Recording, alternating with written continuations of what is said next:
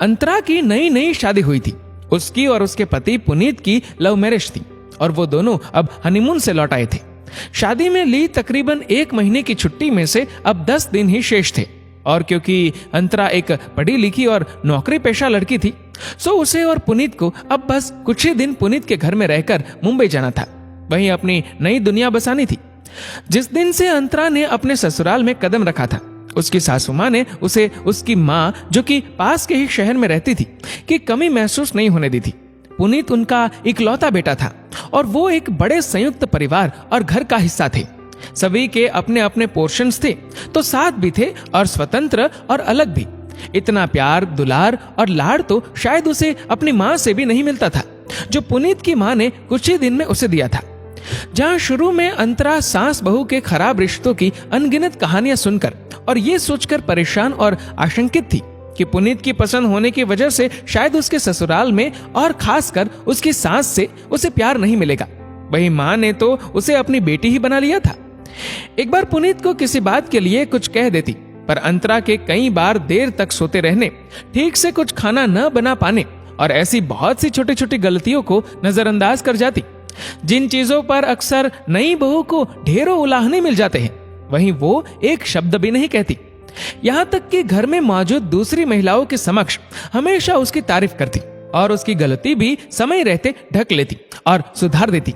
बहुत खुश थी अंतरा अपनी सांस रूपी माँ को पाकर और बस कुछ ही दिन में उनमें आपसी प्यार, सम्मान और समझ का एक अनूठा रिश्ता बन गया था। जैसे जैसे अंतरा के जाने के दिन पास आ रहे थे, माँ मुरझा सी रही थी। बार बार उनकी आंखें भर आती और लगता जैसे वो बहुत कुछ कहना चाहती है पर कुछ बोल नहीं पा रही थी। अब शादी को तकरीबन 20 दिन बीत चुके थे और अंतरा और पुनीत के मुंबई जाने में बस 4 दिन शेष थे और अब तक अंतरा ने सब कुछ अच्छा ही देखा था। माँ उसके मुंबई जाकर नई गृहस्थी जमाने की चिंता को समझ पा रही थी और उसे यथासंभव सलाह और सहायता भी कर रही थी।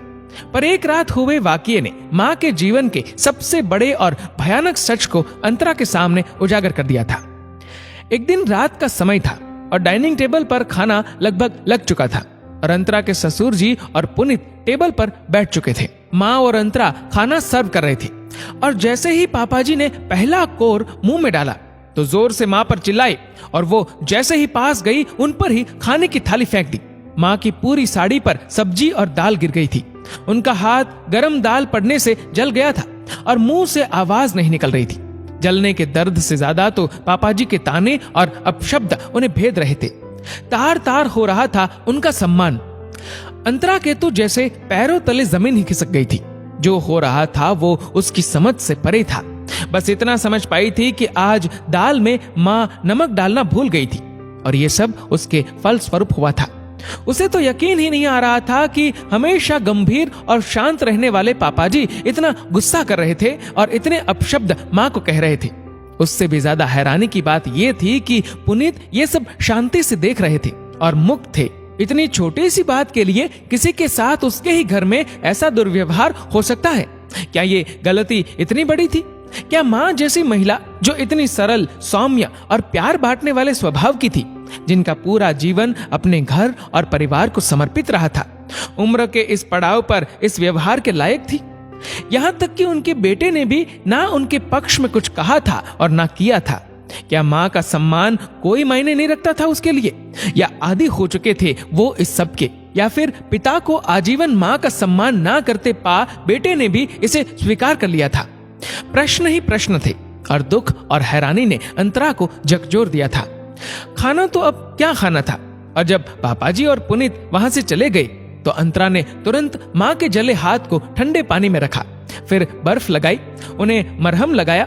माँ की आंखों से आंसू बह रहे थे, वो भी रोने लगी। उस रात तो नहीं, पर अगले दिन जब वो दोनों अकेली थी, तब माँ ने उसे वर्षों से खुद पर हो रही घरेलू हिंसा और सालों तक हुए उनके सम्मान, उनकी आत्मा और शरीर पर हुए घावों की कहानी सुनाई तो अंतरा का मन रो पड़ा।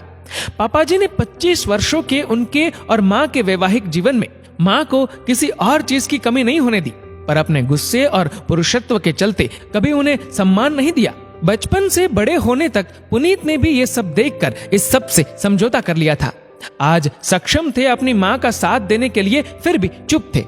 हैरान थी अंतरा माँ की इतने सालों की पीड़ा भरी कहानी सुनकर, और उससे भी ज्यादा इस बात से कि उनके जैसी अच्छी महिला के साथ ऐसा अमानवीय व्यवहार एक संयुक्त परिवार में सालों से हो रहा था। पुनीत की असंवेदना या अकर्मण्यता पर भी गुस्सा आ रहा था, और पापाजी के लिए जो सम्मान उसके मन में था अब समाप्त हो चुका था। 2 दिन बीते और अब अंतरा और पुनीत के मुंबई जाने का समय आ गया था। जब टैक्सी आई तो पूरा परिवार उन्हें विदा करने के लिए खड़ा था। पापाजी ने जब अंतरा को शगुन देना चाहा तो उसने मना कर दिया। उसके इस व्यवहार से सब हैरान थे। तभी जब पुनीत ने सारा सामान देखा तो पूछा, ये एक्स्ट्रा सूटकेस किसका है अंतरा? जब अंतरा ने कहा कि माँ का, तो पूरा परिवार सख्ते में आ गया। उसने आगे कहा, माँ हमारे साथ जाएंगी पुनीत, ये घर उनके लायक नहीं है, वो अब हमारे साथ रहेंगी। पापाजी माफ कीजिए, पर मैं अपनी माँ के सम्मान के साथ और समझौता नहीं करूंगी। मेरी माँ ये बिहेवियर डिजर्व नहीं करती, अब वो और नहीं सहेंगी।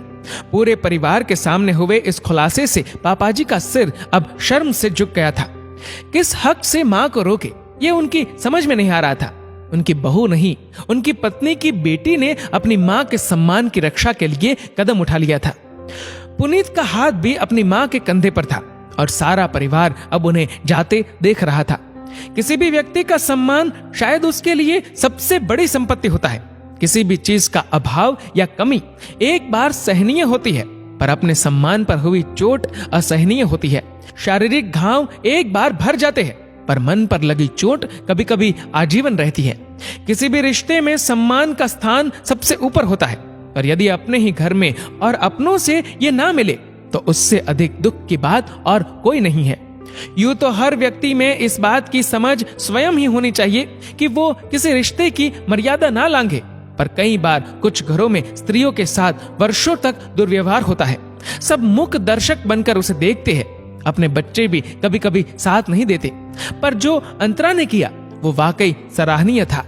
जिस सास ने उसे सिर्फ बेटी कहा ही नहीं माना भी था, उनके प्रति उसने अपना फर्ज बखूबी निभाया और अपनी माँ को वो सम्मान लौटाया जिसकी वो हमेशा से हकदार थी। दोस्तों, इस वीडियो को लेकर आपकी क्या राय है नीचे कमेंट करके जरूर बताएगा। और अगर आपको वीडियो अच्छा लगा हो तो इस वीडियो को लाइक करेगा, शेयर करेगा ज्यादा से ज्यादा लोगों तक, और ऐसी ही और भी इंस्पिरेशनल वीडियोस के लिए सब्सक्राइब करें हमारे यूट्यूब चैनल को और फेसबुक पर फॉलो करें हमारे पेज को। धन्यवाद।